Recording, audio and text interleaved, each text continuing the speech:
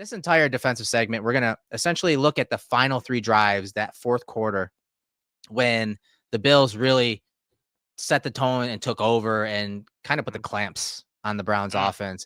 And in that fourth quarter, we're going to call this entire segment our easy loan auto sales, making it look easy, because there were points in the game where the Browns were moving the ball, whether it was Sanders escaping the pocket and extending drives, or the run game kind of getting going.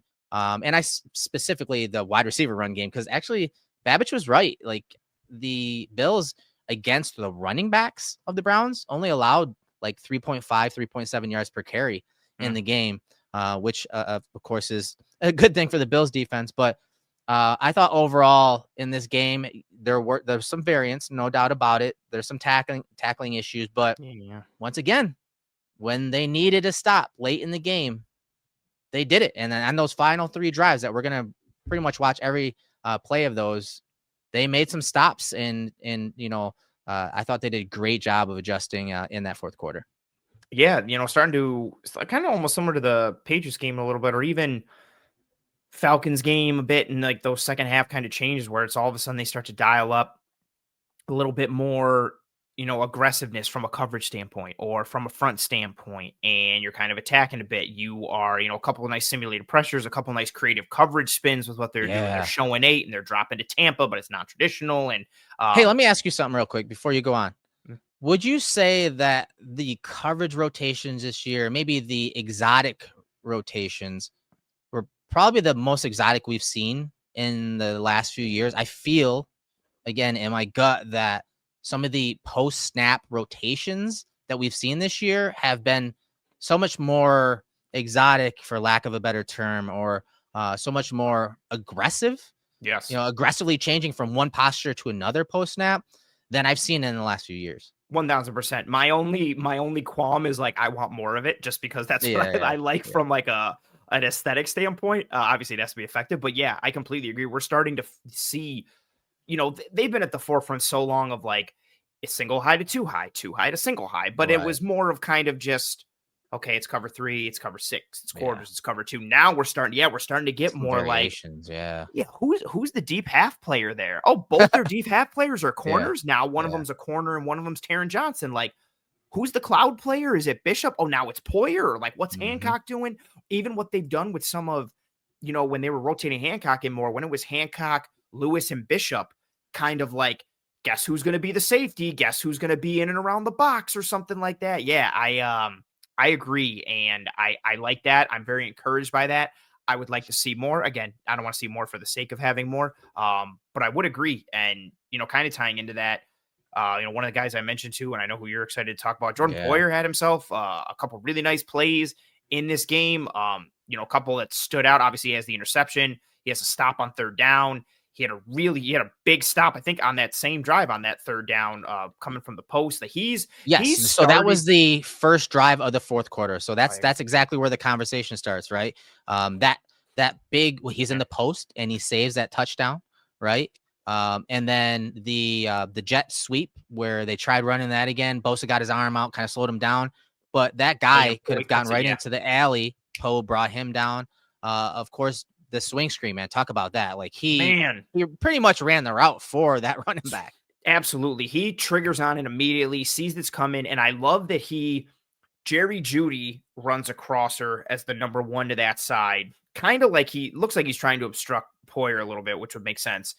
Poyer plays right over the top of it. Then he beats the right tackle to the spot. Like you said, he runs that exact play for them, beats the right tackle to the spot. And then he sticks, I think it's, Savion Williams, number 38, right in the backfield. It's a 3rd and 3, or Travion Williams, I should say. There is no room for error there. It's 3rd and 3, and he's the only guy. The Bills are only up 23-17 at that point. All right. And so this knocking them out of pretty much from going for it, right? Because that was 3rd and 3. If they get a couple yards there, even if they get nothing, they probably are going to go for it there. Yeah, I would see that. They got 3 wins. Screw it. Josh Allen on the other side. Exactly. Let's see what we can do. Let's go for it.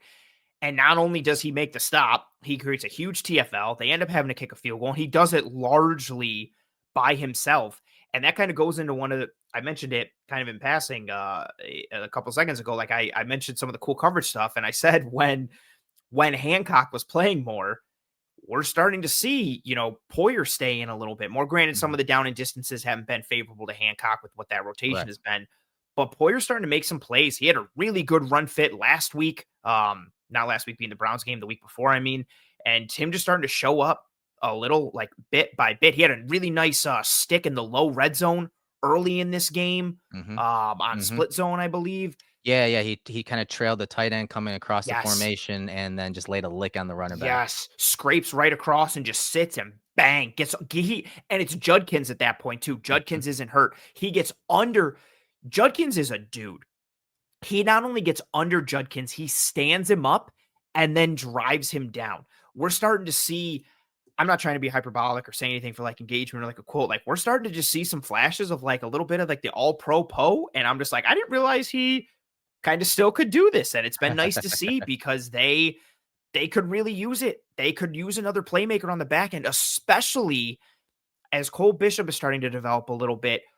But they're getting some really good corner play between all three, Benford, Mhm. Trey White, and Hairston. You're getting some good corner play. If you can start to get some of these big flashes from Poyer or just this stabilizing consistency there, man, like that starts to get really exciting. And this was a game where he showed out in a lot of ways. I don't know if it was being back in Cleveland or he's just starting to really feel better, maybe get into better game shape at this point of the year now that he's playing a ton. But he started to flash a bit more week after week, and this one was a great one for him.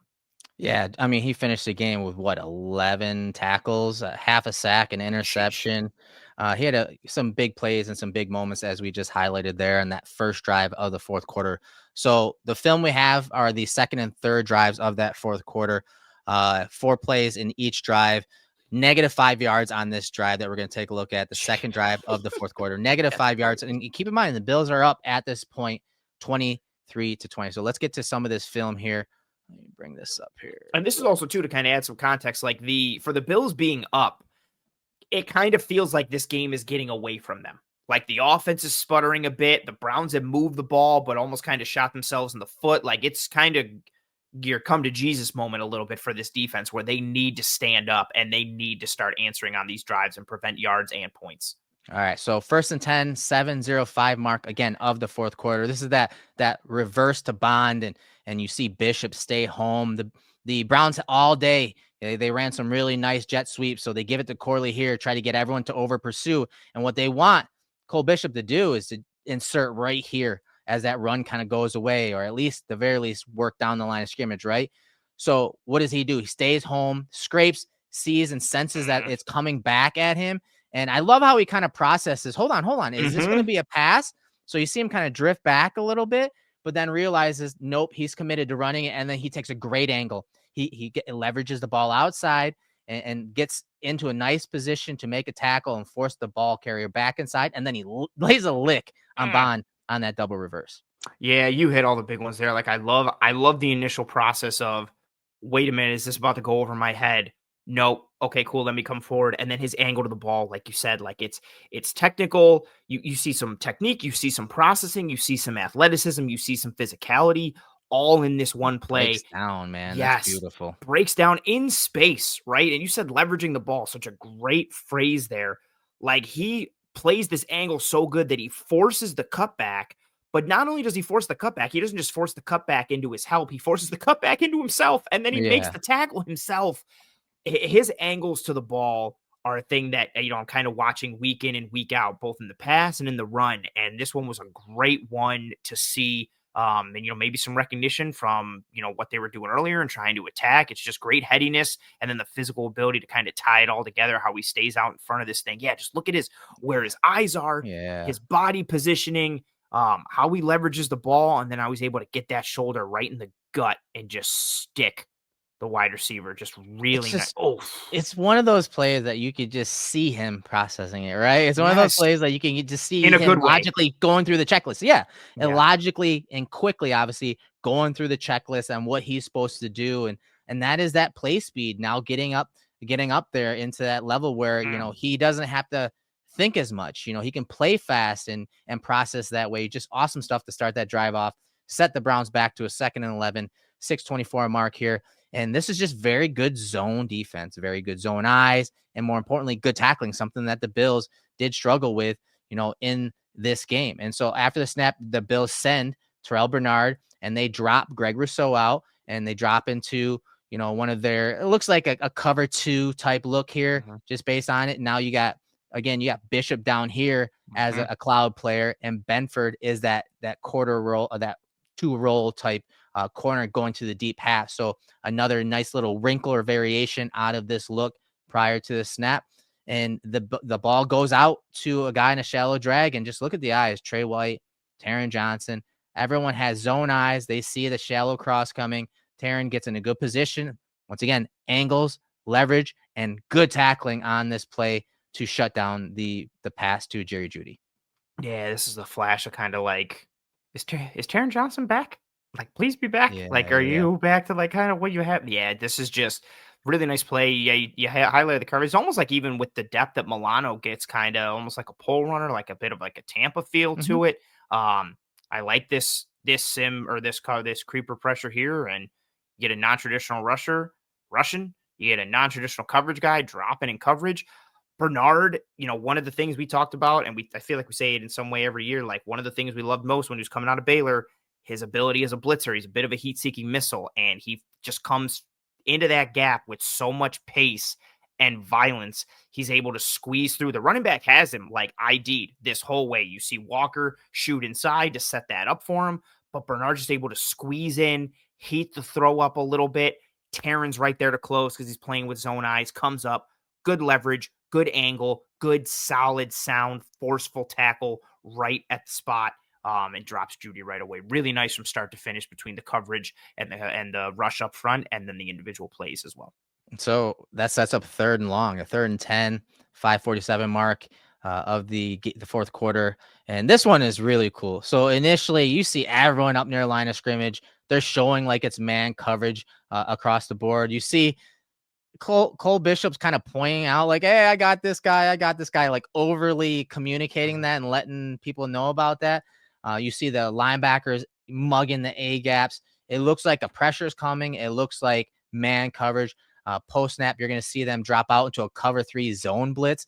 So they're dropping out Bosa, they're dropping out Rousseau, they're sending Cole Bishop, and they're basically playing 3 deep, 3 under here. But 2 of those 3 unders are defensive ends. So not traditional in any sense of the imagination, but they do such a good job on this play of covering down and staying in the play. So watch Greg Rousseau pop out and carry the switch release. These guys switch release. So he carries a switch release, does a good job of leveraging that route, even does a little man turn, making it look easy, keeping his long arms on Fannin.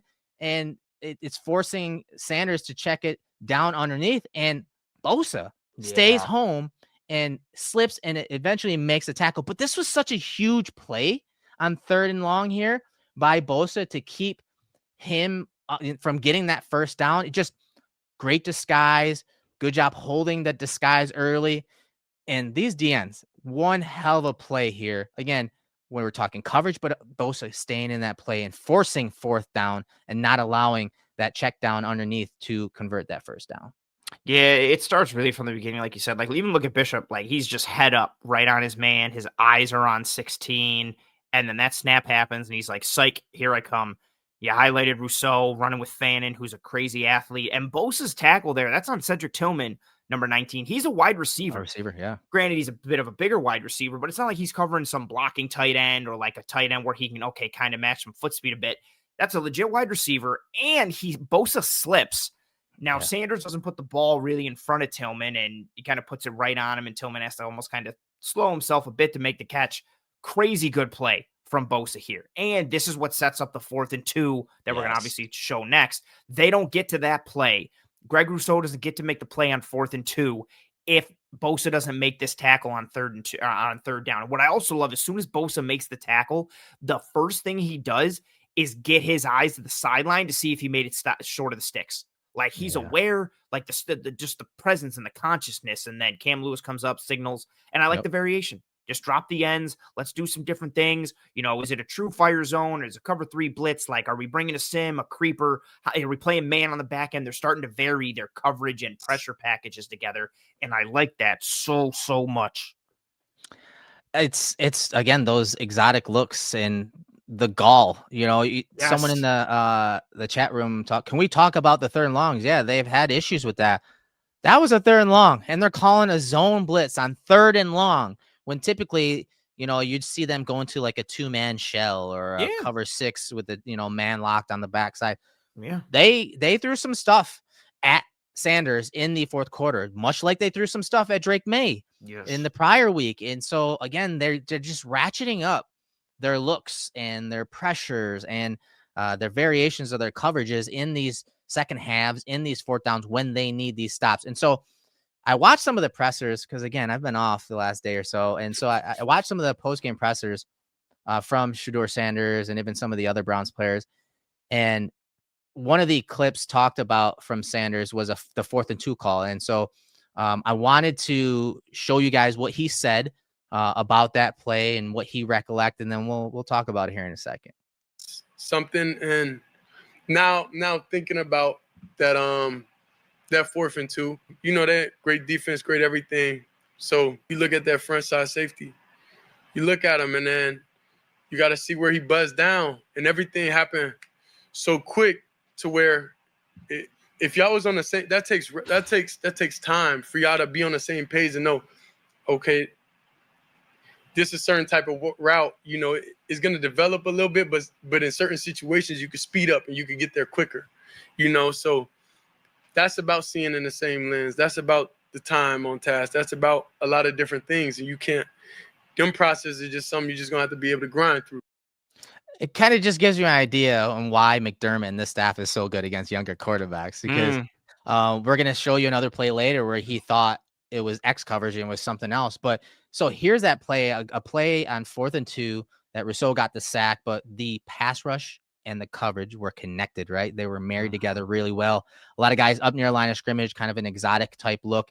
But the Bills are showing man coverage, but 2-man or cover 1, you don't know. And you can see he talked about Poyer on this play. And like we were talking about, man, Poyer had a hell of a game, especially in these high leverage moments. And so you see that connectivity here. You see him drop down into that cover 1 lurk type look. And so he's basically robbing the middle of the field. And where the eyes of Sanders goes is initially to this route right here, this crosser. And you see that wide receiver has leverage across the middle, especially when you're playing against, cover 1 type look or single high post look. But because of the robber, that's taken away. And so Sanders now has another route from the backside going here. I don't think he's in play, but even if he was, you see Poyer's there. But if we look to the top of the screen, Trey White, man, can we talk about Trey White and the season he's having? Look at him disrupt the early release, the quick game release, and just jam that guy up, not let him get out of his break at all. And so when this was all taken away, this is who he was looking to, Sanders was, and Trey White took him away. Can he hit this? Yeah. I mean, that's still Matt Milano, and that's still a far hash throw. And I don't know where that guy is in his progressions, but this is what he's talking about. It takes time. Maybe, the more reps he gets in, 2 to 3 years from now, maybe he eliminates all this stuff pretty quickly and gets out to the boundary quicker. I think that's what he's talking about, but it just highlights what McDermott and this staff does to some of these younger quarterbacks and really forcing them to exhaust their reads and progressions.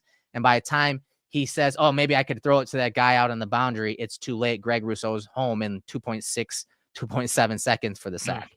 Yeah, we get that connectivity between coverage and rush, something that we've been clamoring for since last year. But to your point, like, even if he can get the fan in, or even if he does, I still like that they're getting guys like, they're getting the quarterback to not be able to be like, oh, here's my number 1, bang, let me just hit it. Oh, it's 4th and 2, cool. Here's the guy who's sitting in the hook, let me hit it. Oh, my 1 took, drain the coverage, boom, let me hit the 2, easy. Like, they're making him have to go from 1 to 2 to 3, or from 1 to 2 to, I don't have time, let me try and escape and make a play. Like, that's nice to see them. Yes. What is the phrasing we used all with during the draft cycle? What kind of corner we wanted on the outside and why we wanted them to draft specific guys. restrict airspace. Yeah. And that's what they did on this play. Inject this into my veins. This is 2 weeks in a row now on a 4th down. This week, in this play here and the one previously on the last play of the game for the Pats offense, where they just got into the kitchen of receivers, beat the hell out of them, and disrupted them. I love that. And then from this end zone angle, as you had it labeled there, forklift, man, this poor left tackle, dude. Rousseau got him with this forklift like at least 2 times, kind of a third. 2 to 3 times, yeah. Just beautiful. And for those who don't know what the forklift is, it's that move with Rousseau's. I'm sorry, he falls down. It's that move with Rousseau's outside arm, his right arm. He establishes that wrist control and just literally lifts up the outside arm of that left tackle, literally forklifts it, pries him open through that outside shoulder, plays through him, gets him completely off kilter, and then makes a beeline, straight line right at Shador and gets the sack. Like, just, man, awesome coverage stuff. Awesome for Rousseau to have that moment. A lot of negative and detractors for like Rousseau in this game. And be like, man, what a good play by Rousseau. And a lot of people being like, he sucks. Do it in the playoffs. Overpaid. Like, okay, cool. It would be awesome if he does it in the playoffs, but like, this is still a good play. Just really nice connectivity, front to back, individual, holistic, the call, all of it, really nice. All right, so the final drive for the Browns in this quarter, 4 plays, negative 11 yards. Again, keep in mind the Bills are up 23-20 at this point. 1st and 10 situation, 2:47 left in the game. More of a cover 2, Tampa 2 type look from the Bills, more of a traditional type look. And Shador does a good job. Watch him kind of like contort his body right to the flats, and he does a good job of moving Trey White and having Trey White jump that swing route.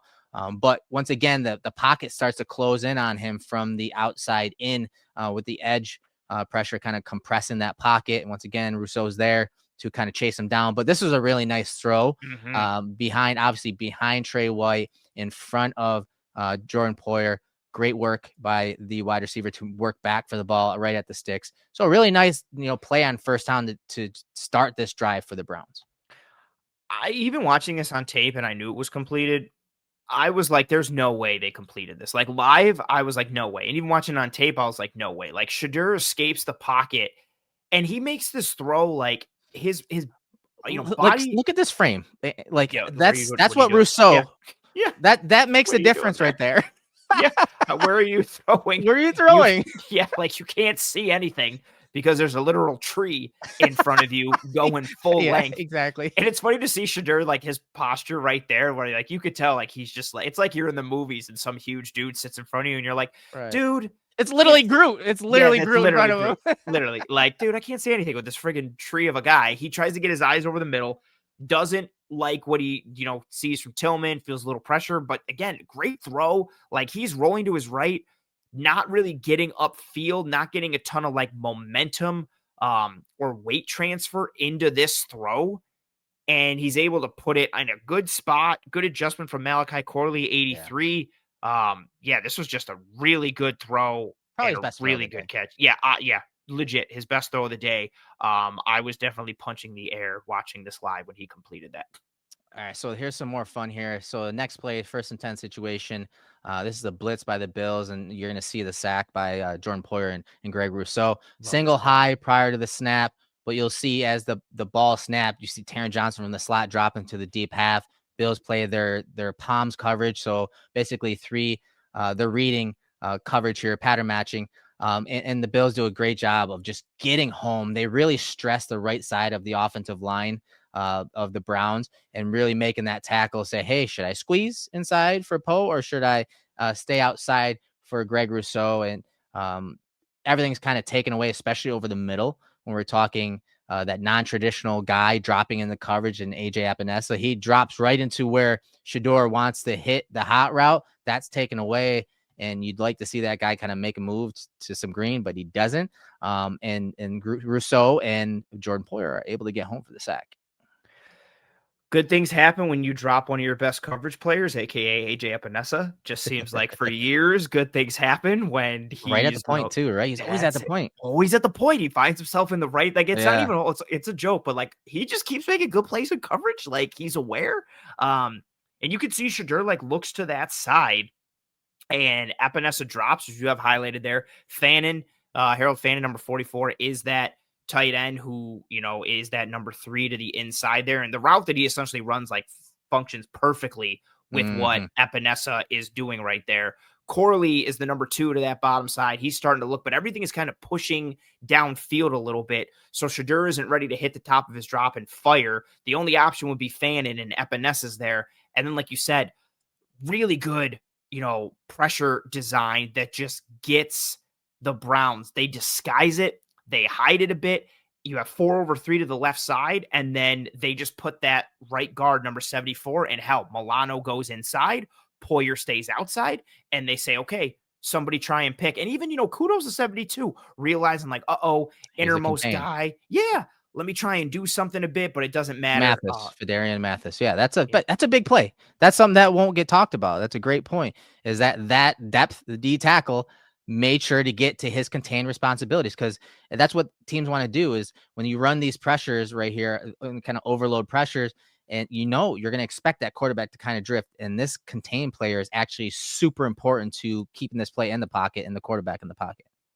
Just give me more of these things, man. Like, drop guys from I want more. Like, I love the Rex Ryan, and they're never going to be this, like the Rex Ryan Ravens defense, not the Bills Rex Ryan defense. Nobody yell at me. Let's not jump down that road. Yeah, everybody chill. But yeah, the Rex Ryan Ravens stuff, the Dick LeBeau Steelers stuff, give me more zone blitzes and fire zones, and I'm dropping both guys from the right, and I'm bringing the left side plus another 2. I just want to stress protections and rules and guys, and I love this. I love quarterbacks hitting the top of their drop and being like, uh-oh, and trying to figure out what they're going to do, and they got nowhere to go. And then Poe and Rousseau both get down because they made the right tackle, kind of try to play them both. Nice 4 over 3, occupying, coverage, rush structure, really nice stuff. Yeah, and it's the zone blitzes, man. These zone blitzes really caught the Browns off guard. Yes. And again, I think it has a lot to do with how the Bills have tied their coverages together to their pressures and those coverages that correspond with those pressures and blitzes. And also I think too, because they don't do this, as much as I want them to do it a ton, they don't do this a ton. They do it almost kind of when they need to. So when they bust it out, it's almost like you don't have all this footage of this is what their zone blitzes look like. Okay, this is what their sims and their creepers look like, because it's such a small sample size. And again, taxing the quarterback. Prior to that snap, it was single high. After the snap, it becomes a 2 high safety structure. Just awesome stuff, man. I've loved it the last couple of weeks when the Bills have really turned up their coverages in the second half. And so that leads to a 2nd and 18 play with 2:01 left in the fourth quarter. And another press conference clip that I have from Sanders, and just showing he literally just shows us that he was fooled in this game on this specific play. And actually, when I heard this, he gained more respect for me because he could verbalize the game. We love that about players that can verbalize things. But while he was verbalizing it, his recollection or read of the actual coverage was wrong. So it just goes to show how the Bills and their coverage rotations really kind of screwed with Shador Sanders in this game. So listen to this, and again, I'll have the play corresponding that he's talking about, kind of playing with it. And I was telling him during the game, I respect their defense. I respect kind of their coaching and how it was, because if you understand, it was kind of like Tampa 2, that Mike Backer running, walling, taking that middle, because we had a through route, a vertical route from the inside. Then we had a dagger coming. But then as soon as and I'm like, okay, cool. I got the dagger. But then he peeled off and then was waiting on that dagger. So by the time I went there, then it was just hard to get back down. I ran out of time. So that's just in those situations, it's like, you got to tip your cap to them. That's the whole why. Because if you playing that's the ideal coverage you want a dagger in. You know what I'm saying? But anything else, we would have got to the check down. We would have got to there quicker. But that's the why of you didn't just take that quick completion, because it was there, but that's good coaching. That's good coaching. And like I said, it's not actually a Tampa 2 type look. It's actually one of their cover 6 variations. And so we'll get through that. And so here's that play. And this is something the Bills have done a lot more this year, especially when this man, Matt Milano's in the lineup right here. That he opens some things up because they can play man coverage on the backside of these 3-by-1 sets, right? And so they lock on this play. This is their cover 6 variation where they lock him too high. That's basically 2-man to the bottom. And to the top, they play 4-over-3, right, Anthony? 4 defenders playing over the top of those 3 guys. And so what he's referencing is what he thought he saw was a Tampa 2 type look. And it does kind of look like that. If you're just looking at the mic, you see him open his hips and kind of carry and wall off like a typical Tampa 2 type linebacker would do. But it's actually, again, this is more of their cover 6 variation where it's 4-over-3 here. They're kind of zone matching these 3 receivers. And so he talks about that and how Bernard, walls off and then sits. Well, yeah, because that's not Tampa 2. He's pretty much right that if this was Tampa 2, he's probably going to run with that pole runner and have this guy wide open on the dagger. But once again, this guy wouldn't be way out here. He'd probably be right in this hook to curl area, kind of watching low down here, but also the top of the dagger. So I totally respect Sanders and him processing this and his transparency and verbalizing it. But it really shows, once again, that the Bills had some really good rotations in this game, especially in the fourth quarter, locking down these coverages with split field coverages and really putting Shador Sanders in a bind late in this game, as you saw in this play. And it leads to almost a safety from Greg Rousseau there. Just good stuff all around from the Bills defense here. I love them continuing to do this stuff. They did a bunch of this last week against the Pats, so they were locking that backside. We saw it's Trey White here as the corner to the bottom of the screen, but we saw a ton of it with Max Hairston last week. I love this. Like, lock the backside, and you can play cover 2 to the field or the passing strength. You can play cover 4. Like, I do not care. Like, just keep the locking that backside if you can, allocating numbers and bodies to the other side. Yeah, and it works here. He thinks, Shador from his lips, he thinks he's got Tampa or he's got, Bernard is that pole runner, like you said, but Bernard is he's just carrying that vertical to the safety, then sits in that window. Shador has nowhere to go. You can see the eyes, as you highlighted there, from Taron Johnson, who is in the flat. He's peeking and seeing Bernard there and seeing that dagger come through. And then as Shador's doing all that, Greg Rousseau has made his way through the left tackle. I think it's Cam Robinson. He's, just long arm right into the chest and throat, opens him up, plays right through him, bears down on Shador. Again, another coverage working with the rush. Coverage doing enough from a timing perspective to let the rush get there, but guys still winning up front. Very nice. Maybe Shador should do his little watch celebration a few more times, or maybe a few times less, and watch the tape. Again, the marriage of rush and coverage, the disguise, obviously caught Sanders off guard. And again, he's a rookie. And right after the game, he's being asked these questions. And so I get it, but it does look in many ways like Tampa 2, if you're reading half the field. The way he opens, it's not just a normal, cover 2 type drop. Especially if he's just looking for the dagger. Like if he's focused on the clear out and the dagger coming behind it, and you're seeing a linebacker open up and run. And the presentation beforehand.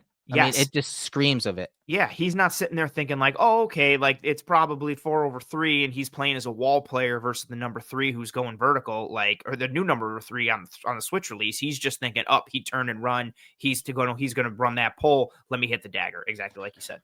Yeah, and again, I don't have the timer on this one, but I posted it on social. I mean, the pressure is felt, pretty quickly within, again, under 3 seconds, and so. He talked about in that presser about getting to the check down, because obviously Fannin is open underneath, and he said that's why he didn't get to the check down quicker, because he thought for sure he had Tampa 2 there and that the dagger was going to be there. So he worked more of high to low instead of, hey, there's guy open underneath, let me just get it to him, which I thought he did a great job of doing that, getting to the check downs in this game, or using his legs to extend plays. And I think that's something that he's consciously working on. He talked about it a bunch in the presser, and has in the last few weeks. But I think, the pass rush, the coverage, get home. Rousseau does a great job here of getting home on Sanders and getting a piece of him. Just good stuff on that down there. Just great stuff on both of those drives, right? And a great job of just clamping down those 3 drives, I mean, held them to a field goal on that first drive of the fourth quarter, -5 yards on a second drive, and then -11 yards on that final drive with the Bills up 3 points late in that game. And just that coaching staff, man, I don't know what they're doing as far as like, hey, how they're collaborating to make this happen. But in the second halves and in the fourth quarter specifically, they're ratcheting up their playbook and opening up their playbook and doing some things to some quarterbacks. Again, Sanders is a little different than the way Drake May was playing, but they did it to Drake May too and really confused him.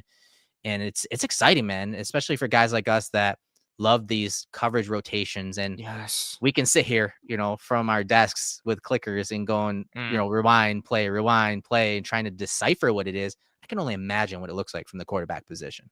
Yeah, having to process it at that speed and with that accuracy, like it's so taxing. That's why defensive football is where it is right now. And that's why, this whole, pure progression. I would say I'm so tired of it because it's like the new buzzword now. Everybody's like pure progression, but that's part of the reason why, because as everybody and their mother will tell you, you'll tell them like the quarterbacks and coaches that are speaking, there's just so much happening from a pre to post snap picture change.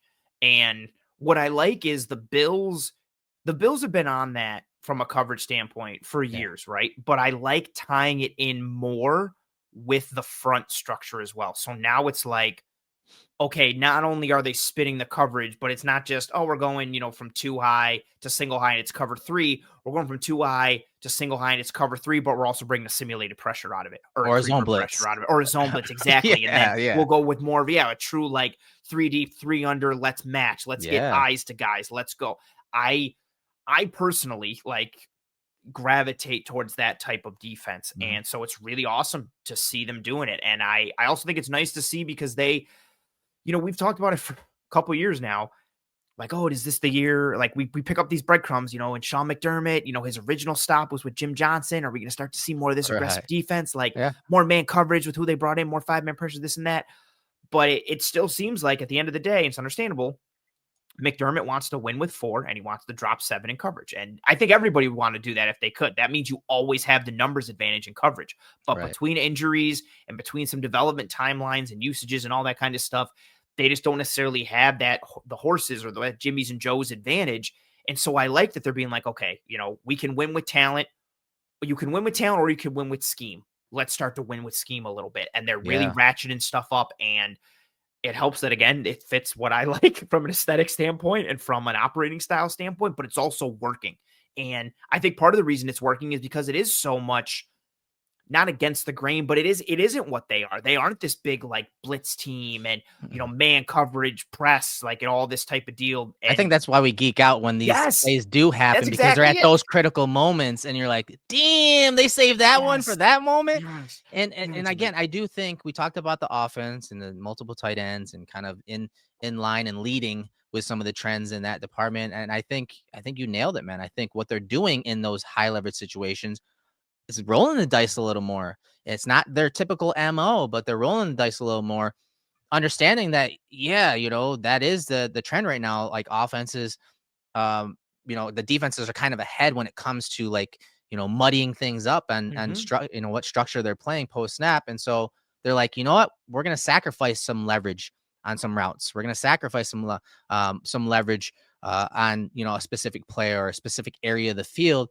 But guess what? Maybe what we're bringing on the offensive is, chaotic enough and does enough to get them out of their normal structure and process in a passing play and just blow things up. And we saw it work in that second half against the Browns, against a young quarterback. But again, it also goes back to some of those other games that they had to come back when they're down a few possessions over the course of this year. And it's fun to see. It is fun to see them tie in those exotic rotations and disguises where they're not just disguising a 1 to 2 high with Poe and Hyde and, Taron Johnson tied in there. Are they, are they in quarters? Are they in cover 6? Or are they in Tampa 2? Not just, horizontally across the scheme, but also now you're seeing the depth and the layers and how it's all tied in more so.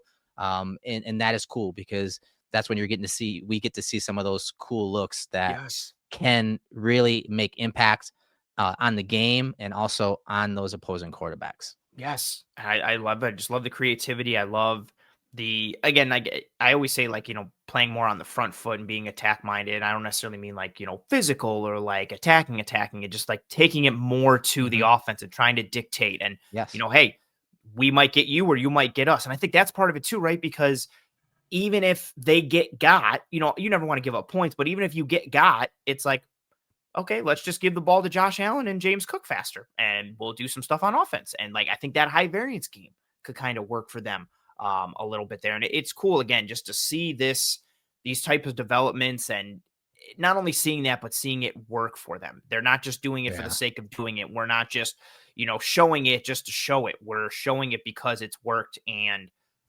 it's effective, and it's happening in high leverage situations and moments and in games that they need. And yeah, that's why that entire segment was the Easy Loan Auto Sales, making it look easy segment of the game. Sponsored, of course, by our friends at Easy Loan Auto Sales. Easy Loan Auto Sales is Western New York's premier buy here, pay here car dealership with locations in both Buffalo and Lockport. Regardless of your credit history, they offer the fastest car buying experience around. Get approved and reserve your vehicle all from your phone, and start your approval at easyloanauto.com, and you could be driving today.